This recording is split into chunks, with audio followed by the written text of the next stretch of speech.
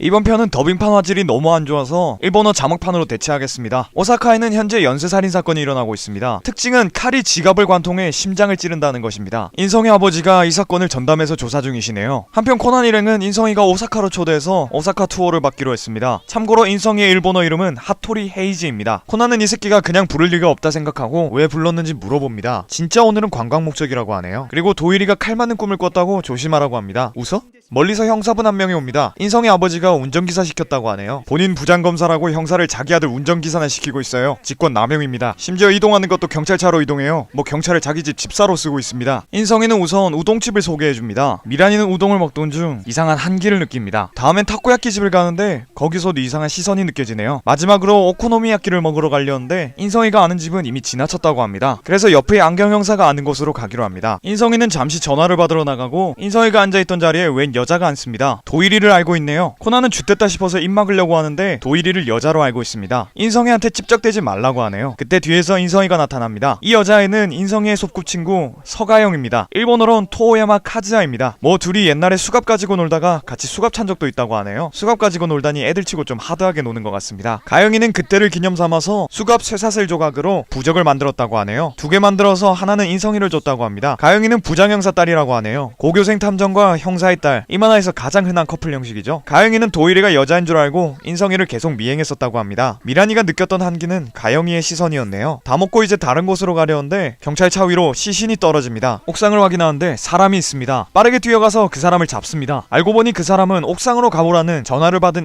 일반인이었습니다. 피해자를 난간에 줄로 매달아 놓은 다음 옥상 문이 열리면 떨어지는 구조였습니다. 피해자는 하루 전에 살해당한 것 같다고 하네요. 새끼 하도 시체를 많이 봐서 육안으로 사망 추정 시간을 밝혀냅니다. 지갑을 관통해 심장을 찌른 걸 보니 처음에 인성의 아버지가 말하던 연쇄살인과 비슷하네요. 근데 뒤에서 어떤 아줌마가 시겁하고 튑니다. 따라가 보지만 놓치네요. 일단 차 번호판을 외워두기로 합니다. 인성이는 코난과 그다지 쓸모없는 유명한 탐정에게도 연쇄살인에 대해 말해줍니다. 피해자가 총 3명인데 공통점이 아직까지는 없다고 하네요. 아까 그 안경 형사가 공통점을 드디어 찾았다고 말해줍니다. 첫 번째 피해자는 비리 국회의원의 비서였고 세 번째 피해자는 그 국회의원의 운전수였습니다. 우연은 아닌 것 같네요. 그래서 인성이는 그 국회의원을 만나기로 결정합니다. 코난도 따라가네요. 일단 국회의원 집을 찾아가기 전에 그 아줌마의 집부터 가기로 합니다. 번호판으로 그 아줌마의 집 주소와 전화번호를 알아냈다고 하네요. 전화를 걸어보는데 아줌마가 살려달라고 합니다. 누군가 위협을 했다고 하네요. 전화를 받던 도중 아줌마의 집을 지나쳐버렸습니다. 일방통행이라 돌아가기가 어렵다고 하니 그냥 달리는 차에서 내려버립니다. 목숨 한 3개쯤 들고 다닌 것 같습니다. 아파트로 가보니 문은 열려있고 집에는 아무도 없습니다. 근데 밖에서 누군가 비명을 지르네요. 공중화장실에서 난 비명소리입니다. 화장실로 들어가보니 그 아줌마가 죽어있습니다. 지갑을 관통해 심장이 찔린 채로 말이죠. 참고로 4개의 살인 모두 교살당한 후 칼에 찔린 것입니다. 안경 낀 형사님은 일방통행 때문에 돌아온다고 좀 늦게 오셨네요. 대체 이 여자는 집에서 왜 나온 것일까요? 피해자의 집에 와서 자동응답기를 조사 중입니다. 2개의 메시지가 있네요. 첫 번째는 예충으로 보게 해주겠다고 어디로 나오라고 한 것이었습니다. 아까 아줌마가 살해 현장을 봤던 게 이 메시지 때문이었습니다. 그리고 2분 후에 메시지가 하나 더 왔는데 그건 너도 곧 저렇게 될 거라는 위협용이었습니다. 추리 중 인성이는 갑자기 꿈에서 봤던 도일이가 칼을 맞는 착시를 봅니다. 불길하네요. 차를 타고 가던 도중 형사가 말하길 피해자 모두 지갑에 운전면허증을 가지고 있었다고 합니다. 뭐 당연한 소리 같은데 단서라 생각하고 면허시험장을 가봅니다. 알고 보니 20년 전에 비리의원을 포함한 피해자 4명은 다 같은 운전합숙학원에 다녔다고 하네요. 그리고 추가적으로 현재 강도살인범으로 현상수배 중인 한국어로 김원일, 일본어로 누마부치도 그 학원에 다녔다고 하네요. 경찰청 자료실에서 20년 전 그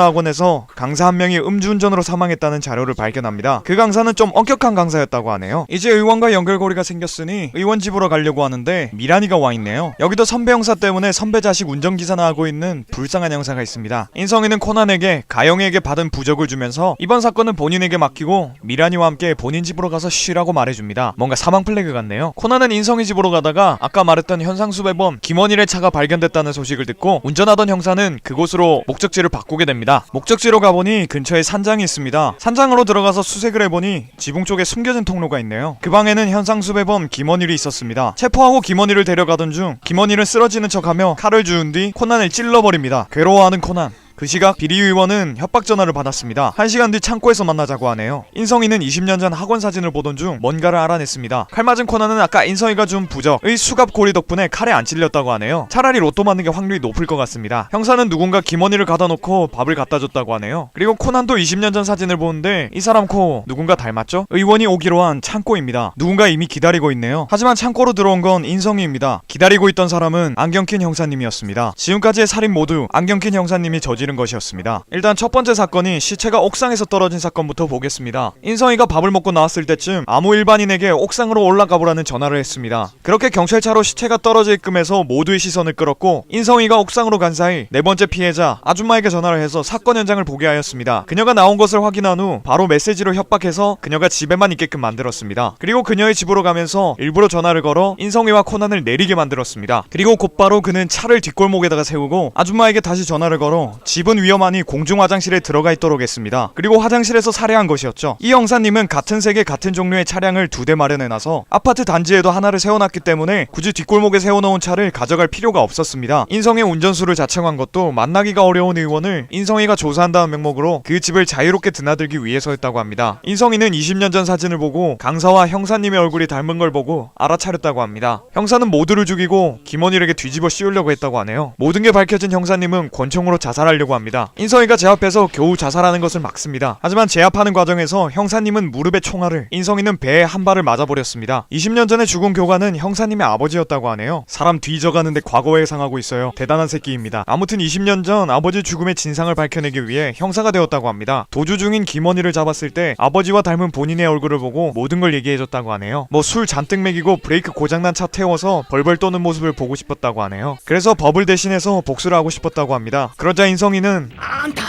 日本で唯一拳銃持つこと許されとる警察官やぞなんでそれを誇りに思えへんねや立て坂だ手帳についとる桜の大門が泣いとるぞ 굉장히 멋있네요. 결국 이렇게 사건은 해결되게 됩니다. 월광 소나타 사건 때 도일이가 깨달음을 얻고 대저택 살인 사건 때 인성이에게 추리로 범인을 쫓아도 범인을 죽게 하면 안 된다는 걸 말했었죠. 그 말을 인성이는 기억하고 있던 것 같습니다. 알게 모르게 인성이와 도일이가 서로에게 영향을 주고 있다는 게 멋있었습니다. 다행히 총을 맞고도 인성이는 멀쩡하네요. 이상 복수의 연쇄 살인 사건이었습니다.